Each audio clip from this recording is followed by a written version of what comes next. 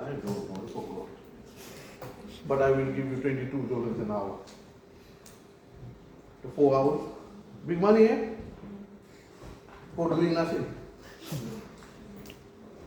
that's where the guilt should be in you. If I'm earning the 22 by not explaining anything, should I get that money? So to bring the guilt in you. So while you are learning, make sure you learn it well.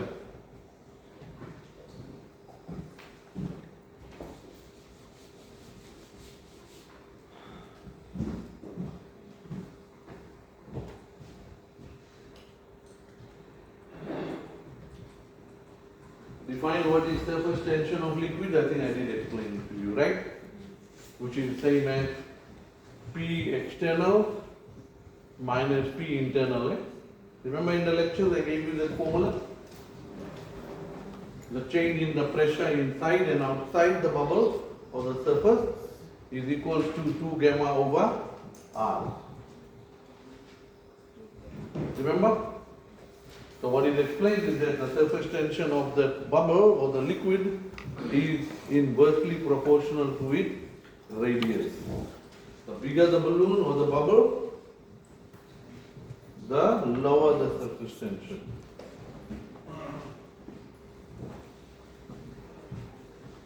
Did you see this diagram that used to come on the TV most often during COVID? That you were asked to wash your hands with soap, and then they were trying to show you this picture that when you put your finger with the soap, then all the viruses ran away. That was totally wrong. That was not the virus running away, it was the surface tension. But but it was so good. They took something else and creatively connected it to a real life situation. That if you wash your hands with soap, then the virus will run away from your fingers. But in fact, it's not the case. You can go home and try it. You can put on water some black pepper powder. Right? You get the black pepper powder and you spread it on water. And you take some detergent, put it on your finger, and then you touch the middle of the water. Because water molecules will not like soap, they will run away from it. And because the powdered black pepper is on the water surface, it will also move. So it will basically moving away from this finger that is containing soap. If you don't put the soap and put it, nothing will happen. That's what we talk about surface tension. Because water molecules are holding on to each other. The moment you bring in soap molecule, that's where the surface tension of water breaks. So all the water will want to pull away. But because the water is also holding on to the black pepper, it takes it with it.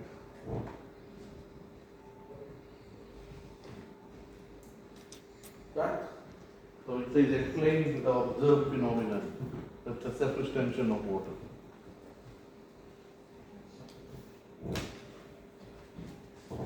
That is all in the tutorial sheet. I gave you less questions here, but if you go into the final exam questions, difficult ones. So here's the opportunity. How many of you are going through the past papers? If you can bring your questions now, I can answer them. I am not going to bring the question and answer it for you because I am preparing your final exam now for this semester. Right? And I'm a human being. Slip of the tongue, it can come out.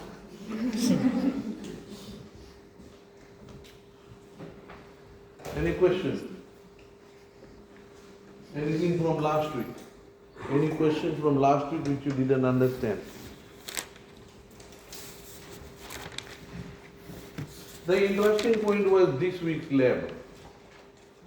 How many of you were in the lab this week?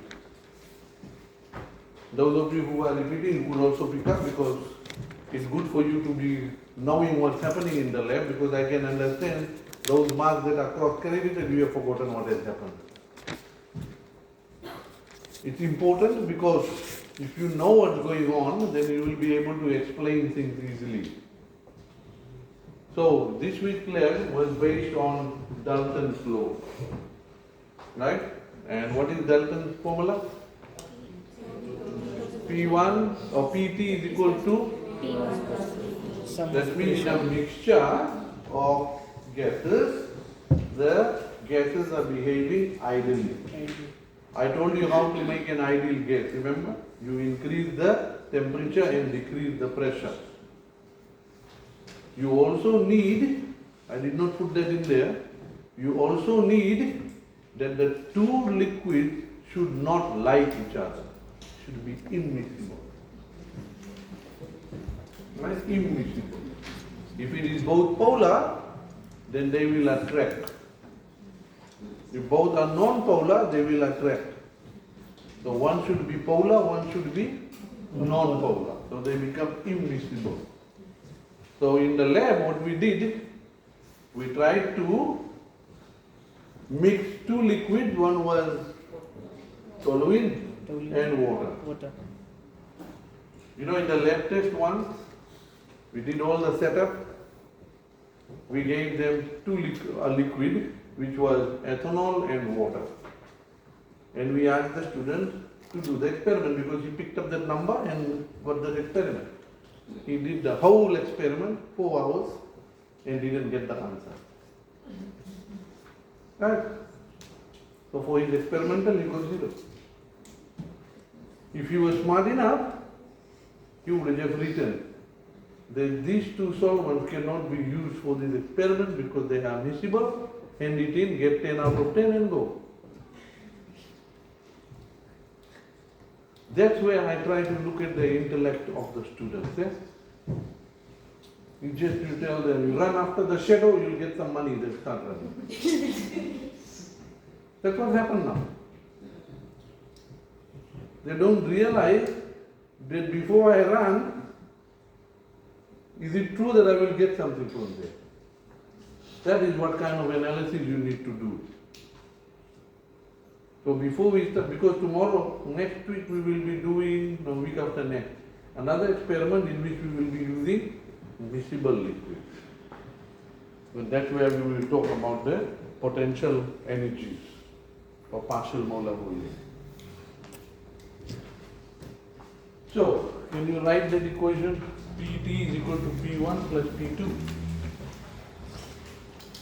See, when you see that equation, what different things are coming in your mind now? Gas, two gases there, separated, they're not touching each other, eh? Ideal here, ideal here. If I start boiling the liquid, I will get a vapor pressure, isn't it? Yes. So we are not going to look at the situation in the liquid part, but we will look at the situation in the vapor part. And that's where we are trying to put in the Dalton's law. So what did we do? We tried to boil it out, right? But we did not use direct boiling. We could have done that. We could have directly heated it. But the problem was, one of the liquid that has got lower boiling point would have started boiling first. Eh? That's where fractional distillation comes in, because water is around 100 and toluene is about 110. So water would have started boiling first before toluene would have started boiling. So what we did here, we tried to pass steam through. That means water was boiling elsewhere, and the steam, when it came in, then it started to push out the water. And when the water came out, because of the change in the pressure, the toluene molecule started to come out too. So when you collected it, you were supposed to collect fractions, right? The way it's written in the manual, probably I will have to sit down and change it. I'm just looking for the word version. What you need to do in that case is, where you got your P1, right? If it is behaving ideally, then you will get PV is equal to nRT. And if you P2, it will be P2V nRT. That means we have to collect the gas at that particular temperature. That is the key thing here. right? That's when this formula can be applied. You can't be collecting, say, from 81 to 86. What T are you going to put there? Get my point? Because as soon as the temperature keeps on changing during your distillation, that P1, V1, PV is equal to nRT formula is only applicable to those different temperatures, and it's a combined one. You get my point? So what we are doing here is basically trying to collect the fraction in which you know what the boiling point was, and it should be single, just plus or minus 1 degree. Eh? And if you are able to collect only one fraction, that's fine. I think many of you don't understand what I am trying to say. It is giving me a blank look. Remember, I said Pt is equal to P1 plus P2. This part is P, V is equal to N, R, T. Remember this T here? And PV is equal to N, R, T. So this T should be well known before this formula can be applied. Get it? And here we are saying that the two fractions that are coming out, remember, one will be toluene, one will be water. They are coming out according to your P1 over P2, depending on the vapor pressure. Get it? Which is same as N1 over N2, which is coming from here, isn't it? You understand? So the question here is, if you are able to collect your fraction at that particular temperature, then it's much easier to go and find this pressure, because the water pressure is already known. You know the total pressure at which it was boiling. You can find the pressure of toluene at that temperature. But if you are collecting a fraction which started from 82 and went all the way up to 86, then to calculate the pressure, which temperature are you going to use? Because it's a range of temperatures here, isn't it? So which temperature are you going to use to calculate the P? You can't take the middle one, eh? So that's where the problem comes in. And that's how I have to go back and rewrite that part in your manual so that it is more clear. That you collect the fraction when it is boiling at that temperature. The moment the temperature changes, change your fraction. If one of you can write it well for me, then I can take yours and put it here. So you understood that part? So when it comes here, it becomes so easy. N1 over N2, which is same as mass of gas 1 over, we say weight 1, eh? Because MM. So it would be M over weight 1 is equal to N2 over weight 2 is equal to P1 over P2. Easy or hard?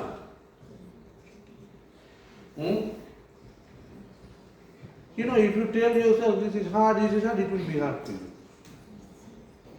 If you try to pick up from here what I have explained, then you should be able to know what I mean. Remember that the ratio that came after distillation was dependent on the vapor pressure according to Dalton's law. Right?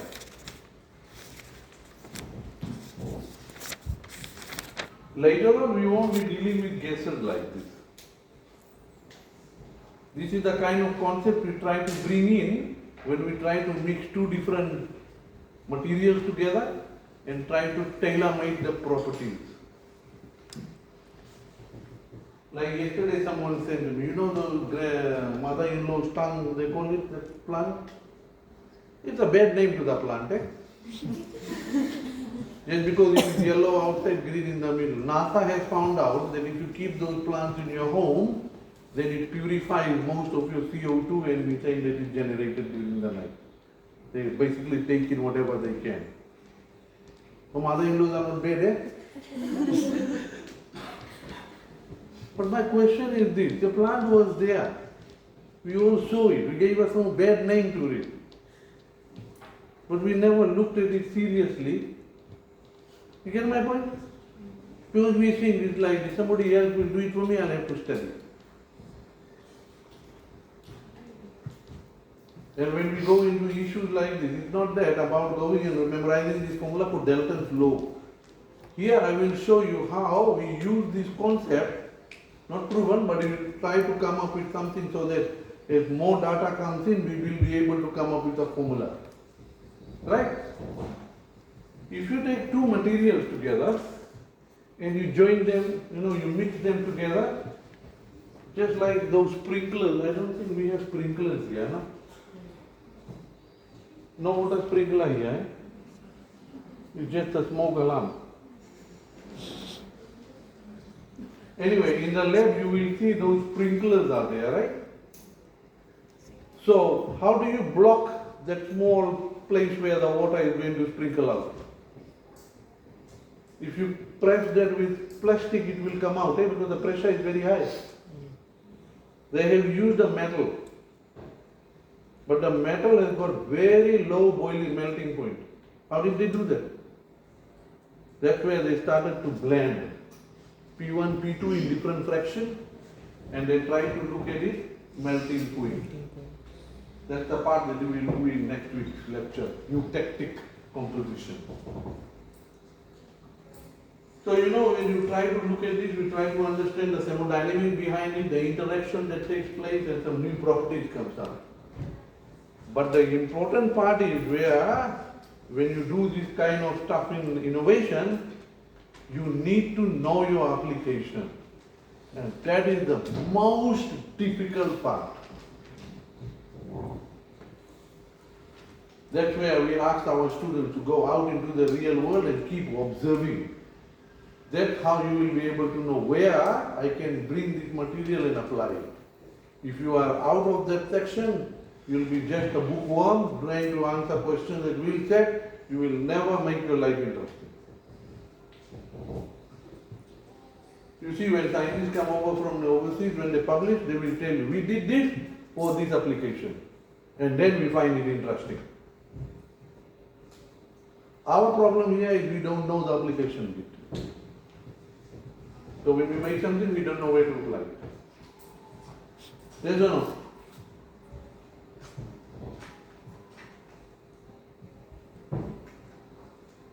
When you look at the jackfruit, sticky material, have you seen the jackfruit? Yes or no? Yes. Next time when you cut an unripe jackfruit, you will see that sticky white material. What is it? It grows wildly, right? We eat it for consumption purposes.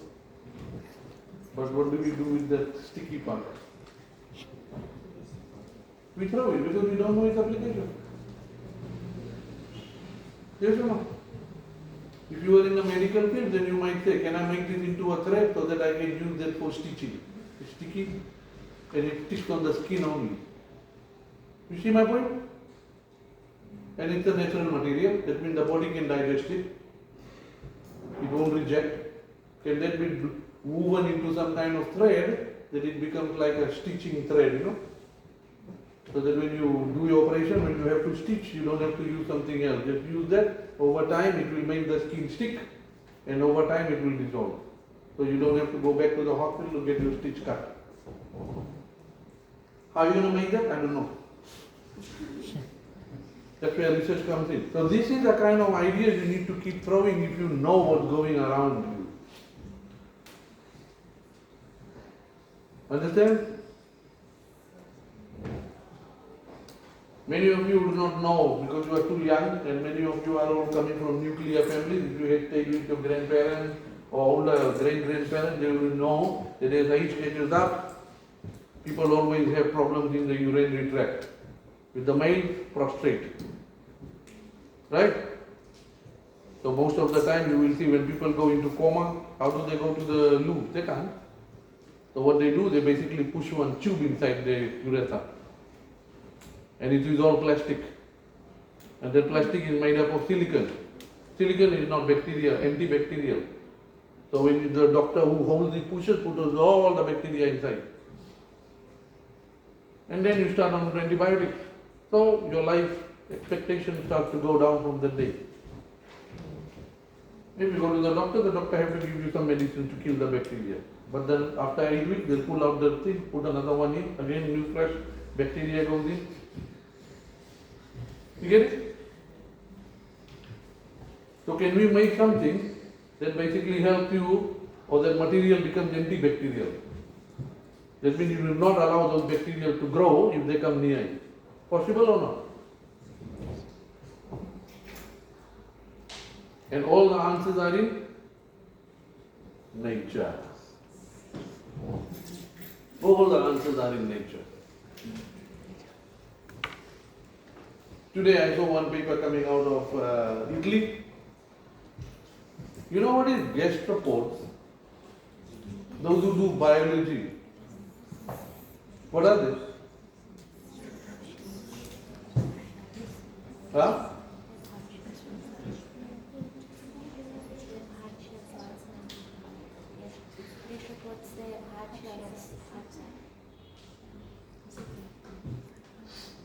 I thought they were crustacean. No.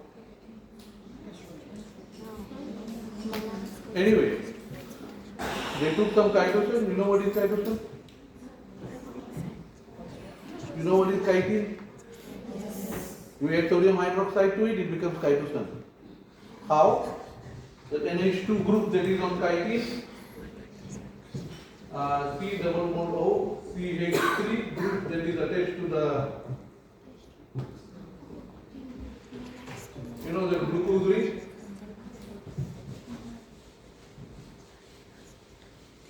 Chitin has that group. Right? If you add sodium hydroxide to it, it will replace this part here, this whole part here, and become C and H2. So this is chitin, this is chitin. Where do you get this from? Where do you get chitin from?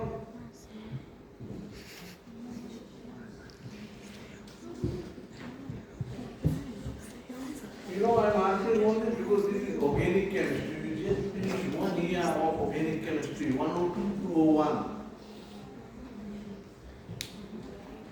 Where do you get this from? See, the problem is when they were teaching you how to make aniline, you just crammed the aniline.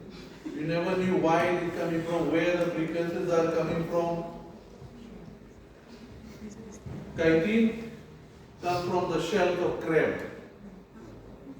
It contains chitin and calcium carbonate. So if you break up the shell of the crab and you add HCl, you get rid of calcium carbonate, then you will only left with chitin. And if you add sodium hydroxide to chitin, you get chitin. And chitin is a full-making kind of polymer which can be accepted by the body. It's supposed to remove cholesterol from your body. So can you see nature? God was smart. When you made the crab, you put the cholesterol in the meat and he gave the answer in the shell. You get it? That's why you see people when they eat prawns, they eat the shell too. The prawn meat contains the cholesterol, the shell contains chitin, stomach contains HCl, it gets rid of all the calcium carbonate. By the time it goes to the lower intestine, your pH changes to a higher value. It changes the chitin to chitin to some level and it extracts all the cholesterol while it goes into your intestine. You get it? That's why I am saying all the problems have answers in nature. That's why I find it people, when they come in, when you believe in nature, when you look at nature, you are a religious person. Because you are respecting God. The answers are there. Yes or no? So what they did, they took starch and they mixed it with chitin, different proportions like I was telling you, P1, P2, N1 over N2, different blend, and they made the gastropod eat it. So it's cannibalism, eh? Gastropod has shells and you're making them eat their own shell. Yes or no? When one species eats its own species, we call that cannibalism. Understand? So when these gastropod ate the chitosan, after 7 days they all died. So within the 7 days they actually went and took out the poo and they analyzed the chitosan that was initially fed under IR. No change in the molecular structure, which means the gastropod did not digest it. So when they fed the gastropod with a blend, then they noticed that after the digestion the starch was gone. That means from the blend, the chitosan remained but the starch was gone. Only the starch was metabolized. And they survived for 14 days before they died. Now, from that experiment, this is what they are saying. That if your beaches are now going to get contaminated with microplastics, you expect your gastropods population to start going down with time if they start eating that. So people from our end will blame it on plastic pollution, people from the other end will blame it on climate change. You see how they look at it? So these are the kind of experiments we want our students to get into. This is world-class knowledge kind of experiment. You can only do it provided you understand the fundamentals. Okay? So I stop here.